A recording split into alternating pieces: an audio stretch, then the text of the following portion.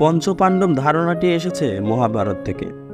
মহাভারতে বর্ণিত পাণ্ডুর 5 পুত্র হলে যুধিষ্ঠির, ভীম, অর্জুন, নকুল, সহদেব। এদের মধ্যে যুধিষ্ঠির, ভীম ও অর্জুন কুন্তির সন্তান এবং নকুল ও সহদেব মাদ্রীর সন্তান। এদের যথাক্রমে ধর্ম, পবন, ইন্দ্র ও অশ্বিনী কুমার দ্বয়ের সন্তান বলা হয়ে থাকে। কথিত আছে যে এই 5 পুত্রই বিশেষ শৌর্যশালী এবং দেববলে উৎপন্ন, কেউ পাণ্ডুর ওরসজাত নয়। বাংলা সাহিত্যের পঞ্চপাণ্ডব। বাংলা সাহিত্যের পঞ্চপাণ্ডব নামে খ্যাত হলেন 30-এর দশকের বিশিষ্ট 5 জন কবি। রবীন্দ্র প্রভাবের বাইরে গিয়ে বাংলা ভাষায় আধুনিক কবিতা সৃষ্টি করেছিলেন তারা।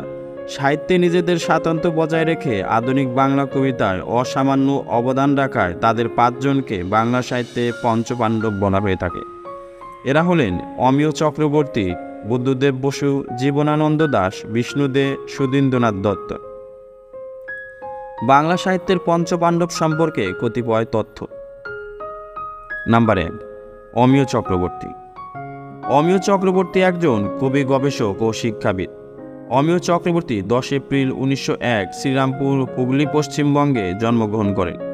অমিয় চক্রবর্তীর কাব্যগ্রন্থের সংখ্যা 15। তার প্রথম প্রকাশিত বই কবিতাবলী। তার অন্যান্য গ্রন্থ উপহার, খসড়া, এক মুঠো, মাটির দেয়াল, অভিজ্ঞানবশত, পারাপার, পালাবদল, ঘরে ফেরার দিন, হারানো অর্কিড, পুষ্পিত ইমেজ, অমরাবর্তী, অনিঃশেষ, নতুন কবিতা, চলো যাই, সাম্প্রতিক। তাছাড়া ইংরেজি ভাষায় রচিত তার 9টি বইও রয়েছে। নাম্বার 2, বুদ্ধদেব বসু। বুদ্ধদেব বসু একজন সাহিত্যিক, সমালোচক ও সম্পাদক। বুদ্ধদেব বসু 1908 সালের 30 নভেম্বর কুমিল্লায় জন্মগ্রহণ করেন। তার পরিবারে আদি নিবাস ছিল বিক্রমপুরের মালখানগরে। পদ্য গদ্য মিলিয়ে বুদ্ধদেব বসুর গ্রন্থ সংখ্যা শতাধিক। সেসবের মধ্যে উল্লেখযোগ্য কয়েকটি হল কবিতা বন্দির বন্দনা, কমকাবতী, ধ্রৌপদীর শাড়ি, শীতের প্রার্থনা, বসন্তের উত্তর, যে আধার আলোর অধিক, উপন্যাস লালমেঘ, রাতভর বৃষ্টি, পাতাল থেকে আলাপ, ভাসো আমার ভেলা, নাটক তপস্বী ও তরঙ্গিনী, কলকাতার ইলেকটা, সত্যসন্ধ, প্রবন্ধকালের পুতুল, সাহিত্য চর্চা, স্বদেশ ও সংস্কৃতি, ভ্রমণ ও স্মৃতিকথা, হঠাৎ আলোর ঝলকানি, জাপানি জার্নাল ইত্যাদি। নাম্বার 3, জীবনানন্দ দাশ।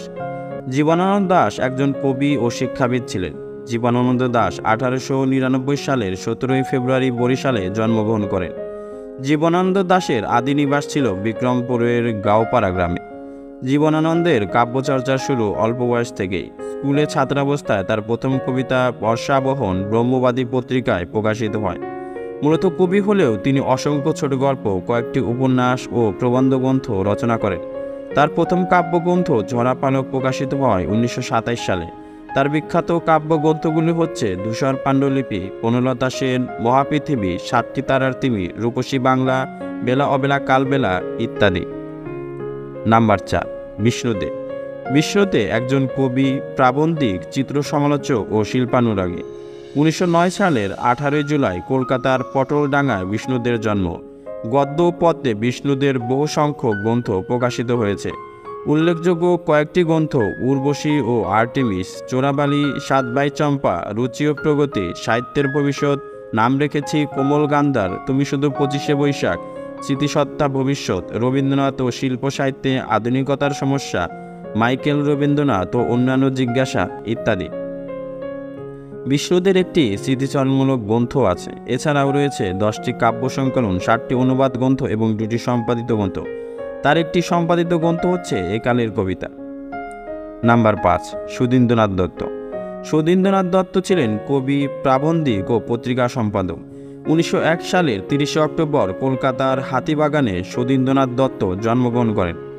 আধুনিক মনন ও বৈশ্বিক চেতনার কারণে তিনি বাংলা কাব্যে স্বতন্ত্র স্থান লাভ করেন। সুধীন্দ্রনাথ দত্তের উল্লেখযোগ্য গ্রন্থগুলি কাব্যতন্নী, অর্কেস্ট্রা, ক্রন্দশী, উত্তর ফাল্গুনী, সংবর্ত, দশমী, গদ্যগ্রন্থ স্বগত, কুলায় ও কালপুরুষ। এছাড়া প্রতিধ্বনি নামে সুধীন্দ্রনাথ দত্তের একটি অনুবাদ গ্রন্থ আছে। সুধীন্দ্রনাথ ছিলেন 30 দশকের রবীন্দ্র কাব্যধারার বিরোধী খ্যাতিমান কবিদের অন্যতম। ফরাসি কবি মালার্মের প্রতীকী কাব্যদর্শ তিনি অনুসরণ করেন। ব্যক্তি স্বাতন্ত্র্য, মননশীলতা ও নাগরিক বোধজ্ঞ তার কাব্যের প্রধান বৈশিষ্ট্য। বাংলা কবিতায় তিনি দর্শন চিন্তার নান্দনিক প্রকাশ ঘটান।